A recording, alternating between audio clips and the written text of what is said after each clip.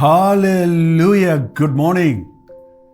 తెల్లవారిందండి. ఇంకా పడకల మీద ఉన్నారా? మేల్కొన్నారా? దేవుని మాటలు వినడానికి సిద్ధంగా ఉన్నారా? రండి, మరి చిన్న ప్రార్థన. పరిశుద్ధుడా, నీకు వందనములయ్యా. మరొక రోజు ఇచ్చావయ్యా. ఎందరో లోకములో శ్రమలలో ఉంటుండగా, మృతులై ఉంటుండగా వారి సజీవులుగా ఉంచాం, సురక్షితంగా ఉంచాం. మత్తులమై ఉండక, నిర్లక్ష్యములు పరులమై ఉండక, నిన్ను స్తుతించు వారిగా నీ నామానికి మహిమ తెచ్చే జీవితాలు జీవించినట్లుగా సహాయం చేయమని క్రీస్తు నామంలో అడుగుచున్నాను తండ్రి. ఆమేన్. అవునండి, మనం మన జీవితాల ద్వారా దేవుని నామానికి మహిమ తీసుకొని రావాలి. ఎట్లా? చూడండి, దేవుడు మనల్ని సృష్టించినప్పుడు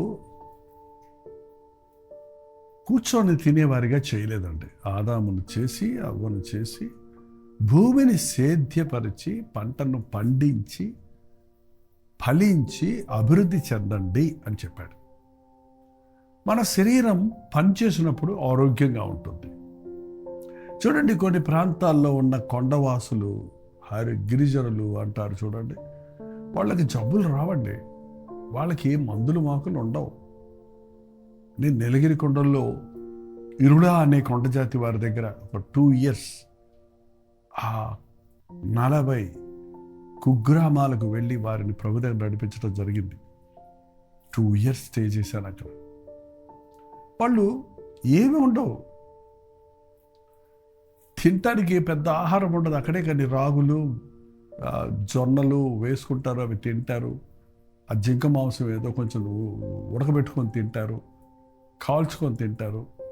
ఎలక్ట్రిసిటీ లేదు, కర్రలు వేసుకుంటారు, మంట పెట్టుకొని అక్కడే పడుకుంటారు దోమలు కొట్టకుండా.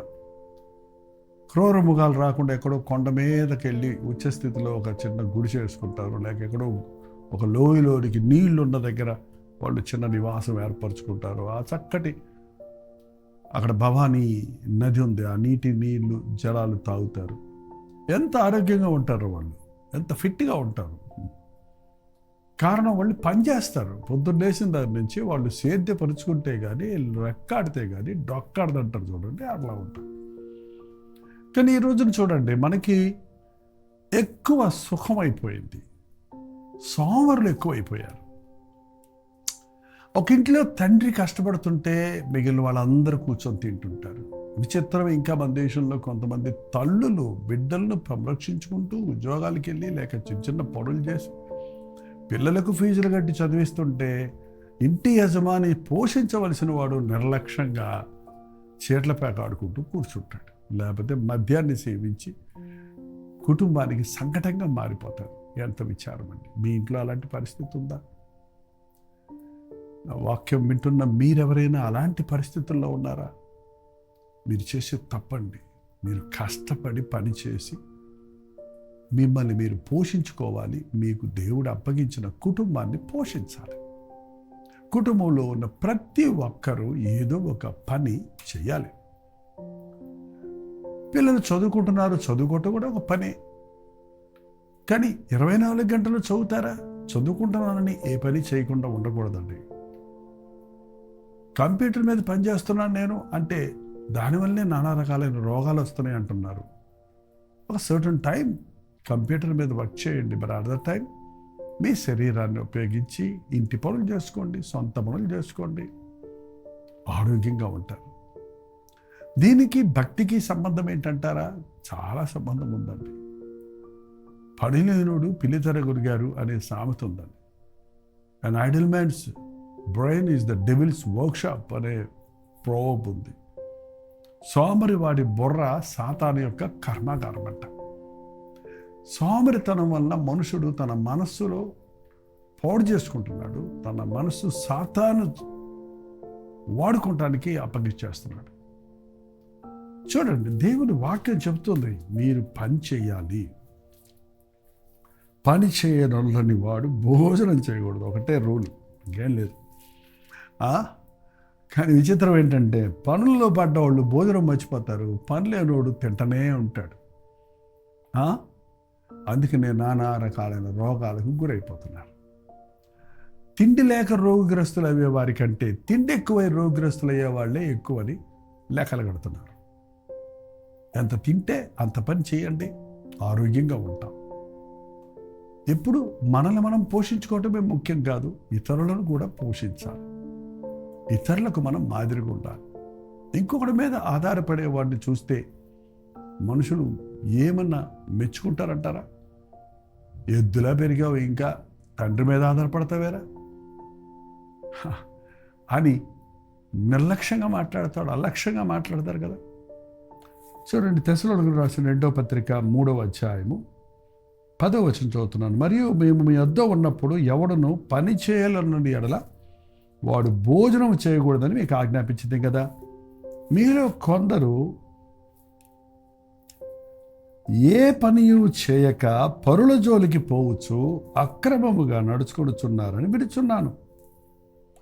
ఏ పనియు చేయక పరుల జోలికి పోవచ్చు ఏంటండి? అక్రమముగా నడుచుకొనుచున్నారు. ఏ పని లేనివాడు పక్కోళ్ళ జోలికి వెళ్తాడు, పక్క వారిని విమర్శిస్తుంటాడు, పక్క వారిని విసిగిస్తుంటాడు, పక్క వారికి భారంగా తయారవుతాడు. అట్టి వారు నెమ్మదిగా పనిచేయచ్చు సొంతముగా సంపాదించుకున్న ఆహారం భుజించవలనని మన ప్రభువైన యేసుక్రీస్తు పేరిట వారిని ఆజ్ఞాపూర్వకముగా హెచ్చరిస్తున్నాను. పరుల జోలికి పోవారిగా కాక మనము నెమ్మదిగా సొంతముగా సంపాదించుకున్న ఆహారము భుజించాలి. ఎప్పుడు నువ్వు ఇంకొకరికి భారంగా ఉండకూడదు. చిన్న బిడ్డలప్పుడు మన తల్లిదండ్రులు పోషించారు. మనం పెరిగి పెద్దయ్యాక తల్లిదండ్రులు పోషించాలి. చెప్పాలంటే కుటుంబానికి పెద్దగా ఉన్న నీవు తమ్ముళ్లకు చెల్లెళ్లకు నువ్వు సహాయం చేయాలి. వృద్ధాప్యంలో ఉన్న నీ తల్లిదండ్రులను నువ్వు సంరక్షించాలి. ఏదైనా ఒక పని చేయండి. ఉద్యోగం లేదు అనే మాటే, ఎవరో ఉద్యోగం ఇవ్వాలనే ఆశే. కానీ ఏ పని చేసినా లాభం ఉంటుందండి. ఏ చిన్న వ్యాపారం చేసినా, ఏ వృత్తి చేసినా నీకున్న అవకాశాలు ఉపయోగించుకొని నీవు ఆ టాలెంట్ను, ఆ యొక్క చదువుని, ఆ యొక్క తెలివిని, ఆ యొక్క జ్ఞానాన్ని ఉపయోగించి మంచి పని చేస్తే దానికి ఫలితం ఉంటుంది. ఏదన్నా పని చేయమంటే కొంతమంది పనిహిమాల పనులు చేస్తున్నారు. ఎఫెసీయులకు రాసిన పత్రిక 4వ అధ్యాయము 27వ వచనం చూడండి. అపవాదికి చోటు ఇయ్యకుడి, దొంగిలివాడు ఇక మీదట అక్కరగలవానికి పంచిపెట్టుటకు వీలు కలుగు నిమిత్తము తన చేతులతో మంచి పని చేయుచు కష్టపడమను.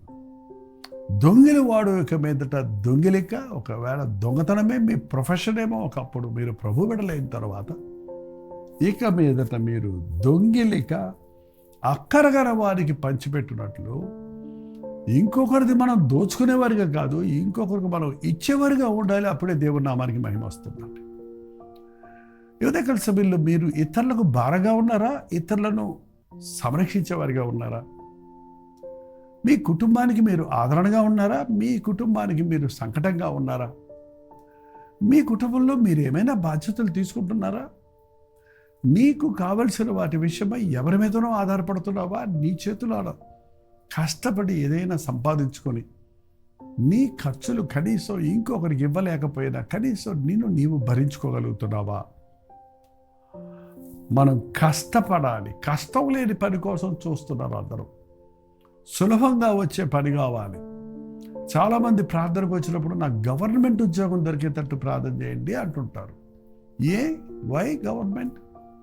Why not private jobs? Government job అయితే మాకు సెక్యూరిటీ ఉంటుంది, మాకు పెన్షన్లు, ప్రావిడెంట్ ఫండ్లు వస్తాయి, 5 రోజులే ఉద్యోగానికి వెళ్ళొచ్చు, వెళ్ళినా పర్వాలేదు, వెళ్ళకపోయినా పర్వాలేదు. ఎంత స్వార్థం! కష్టే ఫలే అనే సామెత ఉంది కదండి. ఎంత కష్టపడితే అంత దేవుడు దీవిస్తాడు. నమ్మకంగా నీ కష్టంలో నువ్వు పనిచేస్తే, కొంచెంగా నీవు పనిచేస్తే నువ్వు గొప్పవాడిపోతావు. ఈ రోజున పెద్ద పెద్ద కంపెనీస్ పెట్టిన వాళ్ళందరూ ఎన్నోసార్లు వారి జీవితాల్లో విఫలులై, బికారులై, తినటానికి తిండి లేని పరిస్థితుల్లో ఉన్నవారేనండి. ఎవరో మమ్మల్ని ఉద్యోగానికి పెట్టుకోలేదే అని అనుకోక వారు విశ్వాసంతో వారికి ఉన్న జ్ఞానంతో ఏదో ఒక చిన్న కంపెనీ ప్రారంభించి ఒక చిన్న వ్యాపారం ప్రారంభించి వాళ్ళ పెద్ద పెద్ద బ్రాండెడ్ కార్యాలను చేయగలుగుతున్నారని మనకు చాలా డీటెయిల్డ్ లెక్కలు ఉంటాయి గూగుల్లోకి వెళ్తే. ఏంటండి, ప్రతి వారు నష్టపోయిన వాళ్ళు, కష్టపడినోళ్ళు, కానీ కష్టపడి పెర్సిస్ట్ చేసి దాన్ని ఆ పనిలో కొనసాగినప్పుడు ఇవాళ వాళ్ళు అనేకులకు పనులు ఇచ్చేవారిగా, అనేకులకు మేలుకరమైన వారిగా ఉన్నారు. యేసయ్య బిడ్డలమైన మనల్ని తలగా ఉంచుతాను కానీ తోగ్గా ఉంచను అన్నాడు. మీరు దేవుని బిడ్డలైతే మీరు దేవుని నామంలో కష్టపడినప్పుడు మీ కష్టాన్ని దీవిస్తాడు. ఇతరుల అక్కర్లు మనం తీర్చినట్లుగా ఇక మీదట దొంగిలించకుండా తన చేతులతో చేతులు ఎందుకు ఇచ్చాడండి? అద్భుతమైన చేతులు. మన చేతులతో ఎన్ని రకాలైన వృత్తి చేయొచ్చు. బుట్టలు అల్లేవాళ్ళు, బ్యాగులు అల్లేవాళ్ళు, ఇన్స్ట్రుమెంట్స్ వాయించేవాళ్ళు, కుట్టేవాళ్ళు, కన్స్ట్రక్షన్ చేసేవాళ్ళు. ఒకసారి ఆలోచండి, చేతులు ఎన్నెన్ని అద్భుతమైన కంప్యూటర్ కూడా you're working on with your hands. బ్రోస్ చేసేవాళ్ళు. ఎంతగా నీ చేతులు వాడబడతాయో అంతగా నీవు దాన్ని ఫలితాన్ని చూస్తావు. తన చేతులతో మంచి పని చెయ్యాలి. చేతులతో చీట్ల ప్యాకెడుతూ కూర్చుంటారు, చేతిలో సారాయి బాటలు పెట్టుకుని కూర్చుంటారు, చేతులతో ఇతరులకు హాని చేసేవారిగా ఉంటారు, చేతులతో సైగలు చేసుకునేవారిగా ఉంటారు, చేతుల్ని మిస్యూజ్ చేస్తున్నారు. మీరు దొంగరాతకాలు రాసేవారిగా, దొంగ సంతకాలు పెట్టేవారిగా. చాలా విచారమండి. మీ చేతులతో కష్టపడమంటున్నాడు, మంచి పని చేయమంటున్నాడు. భూమిని సేద్యపరిచే వ్యవసాయదారుడు మంచి పని చేస్తున్నాడు. పంట పండినప్పుడు సమృద్ధిగా సంతోషంగా గంతులు వేస్తున్నాడు. నీ చేతికొచ్చిన పనిని శక్తి లోపం లేకుండా చేయమని దేవుడు వాక్యం సెలవిస్తుంది. నీ చేతిలో ఏ సామర్థ్యత ఉందో నీవు ఎవడన్నా తెలుసుకున్నావా? ప్రతిదీ రాదు రాదు రాదు అంటూ చేతులు పడుచుకొని కూర్చుంటున్నావా? నీ మనసులో పుట్టిన ఆశను నీ చేతుల ద్వారా చేసి చూడు.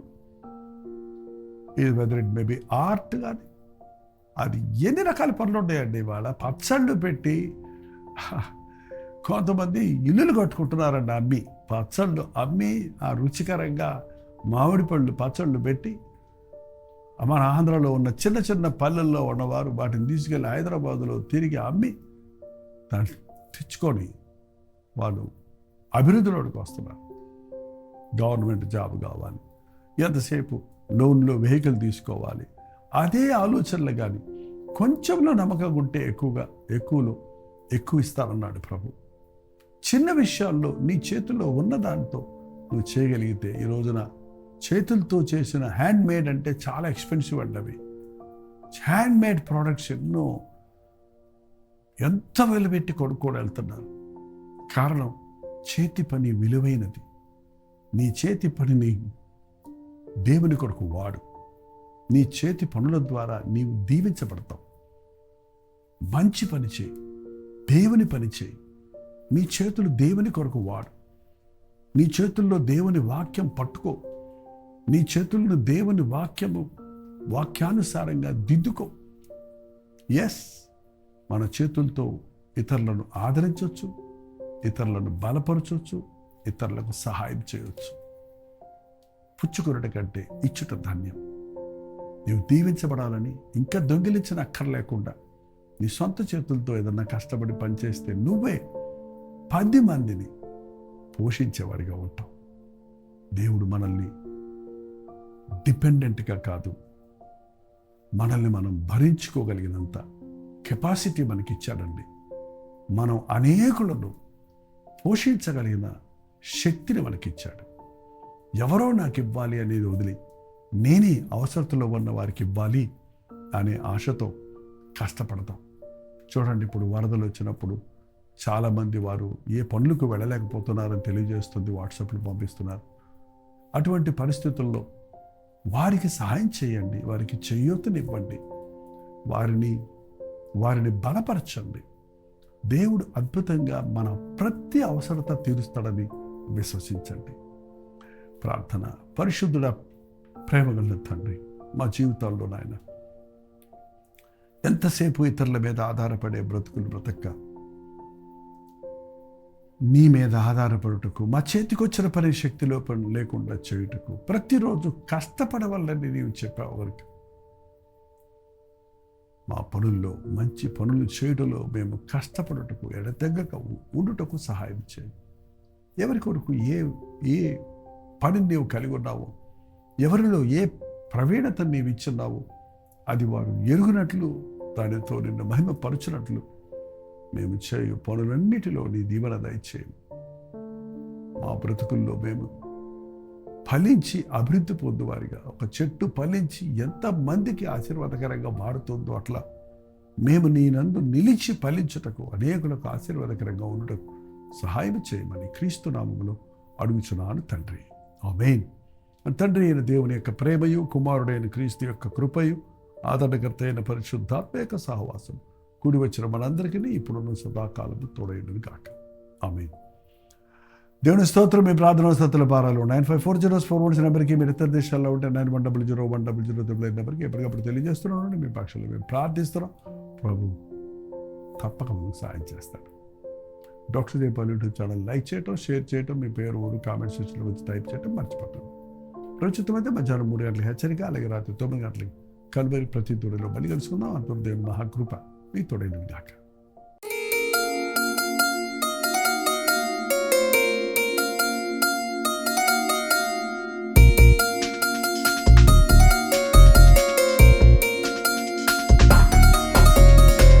హల్లెలూయా. దేవునికి స్తోత్రం.